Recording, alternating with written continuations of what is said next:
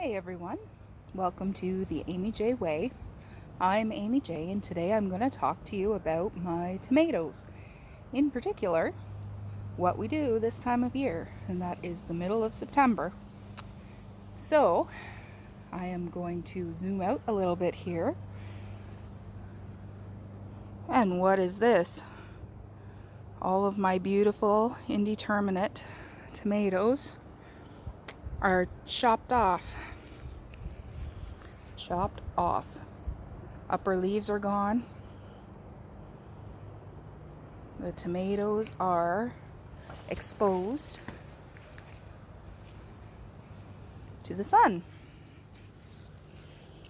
And the reason that we do that is so that they'll ripen. Now it's mid-September, and this time of year, any new tomatoes that are growing, any little guys that are growing, probably won't make it to the point of ripeness. So what we do is we chop off all of the new flowers coming out and all of the top growth. And then we take off as many leaves as we can in order to expose our green tomatoes to the sun so that they'll ripen before we get hit by a frost. I got some buttes this year. Look at that guy. That's probably a fasciated blossom. Really huge tomato. This one's going to give me a few really large ones. Like, for example, look at this guy. He's almost as big as my hand, and there's several of them on there. This one here is my black crim. Most of the tomatoes on this one are pretty big. Just a little bit smaller than my hand. I didn't get a whole ton of tomatoes on some of my plants, but the ones that did produce really went to town. I've got oodles and oodles. So I've already been picking some of them, but for the most part they're just starting to get green. Not starting to get green, starting to get red. So the other thing is, this time of year, all your determinate tomatoes should be finished or just about finished, such as this one down here. This one's called a Manitoba. It was a determinate tomato, and as you can see, I have picked all of the tomatoes off of it. It's done. It's starting to get blight. Actually, it's probably more than started. It's probably had blight for a little bit now. Been so busy with other things in the garden, I haven't really paid much attention to this one. So what we do with these tomatoes, they're all done. No more tomatoes are coming. So we just pull them out of the ground. Let's see what the root system did on this guy this year. It's decent. This one I grew from seed. Actually, pretty much all of them I grew from seed this year. So yeah, this one was a determinate tomato called Manitoba. And I did get quite a few really beautiful tomatoes off of it. Now here is my compost pile. I just turned it over. But these ones with blight, I don't put those in the compost pile. But these ones, it's a couple of nasty tomatoes. They're kind of squishy. Didn't form real well, or this one I'm pretty sure the birds or the slugs got to. So they can go in the compost pile along with all of my other tomato greens that I trimmed off.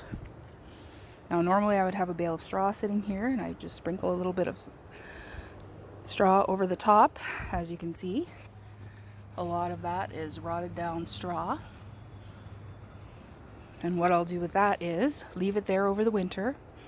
First thing in the spring, before I plant anything, I'm going to try a method of gardening called core gardening. And I have heard of different ways of doing it, and what I think I'm going to do is going to put a couple more bales of straw in here, mix it all up, and over the winter I'm just going to let it rot down so that in the spring I have at least like that. Then I will dig a trench in the middle of each of my beds, which are 4 by 8 feet. Dig a trench right down the middle.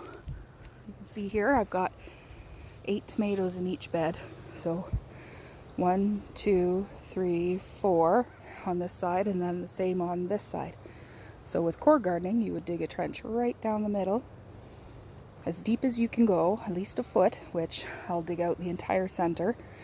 Fill the trench up with half-rotted compost, and yeah, as this, cover it back up, plant your tomatoes or what have you on either side.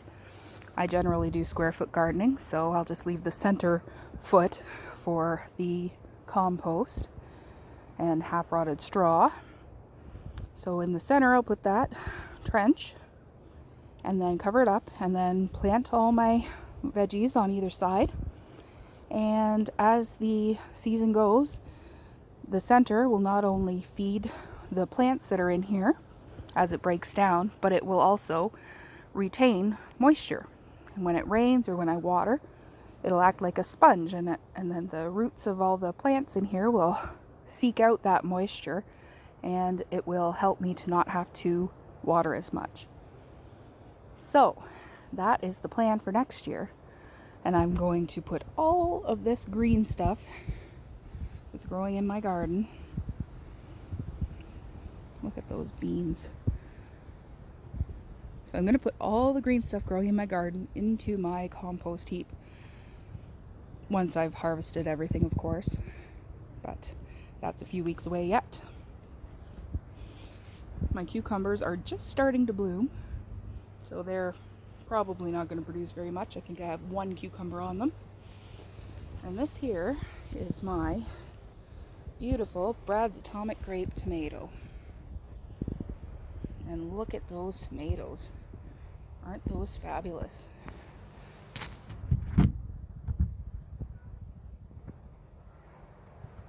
They're so dark.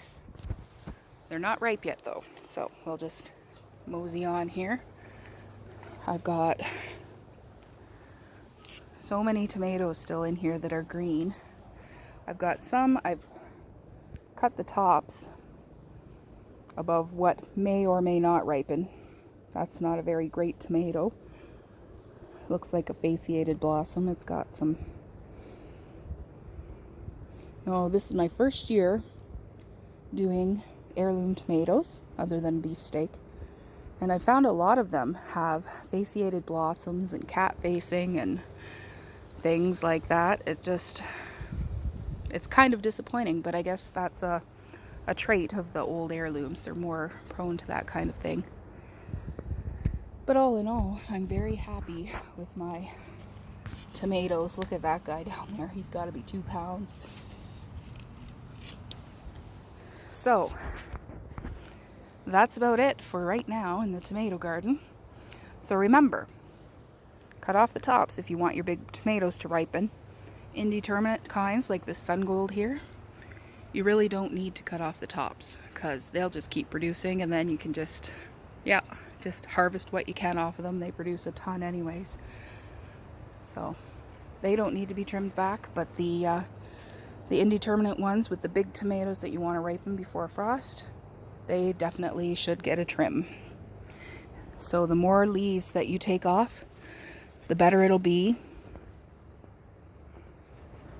for the tomatoes on the lower part of the plant to ripen. This one I haven't really trimmed all the way down. I just cut the top off to start the ripening process. But the other ones I have trimmed all the way, all the leaves, or most of the leaves, all the way down for the sun to hit them. So yeah, that's about it for right now. Thanks for joining me. This is AmyJay, and this is the way I'm doing things, the AmyJay way. See you tomorrow.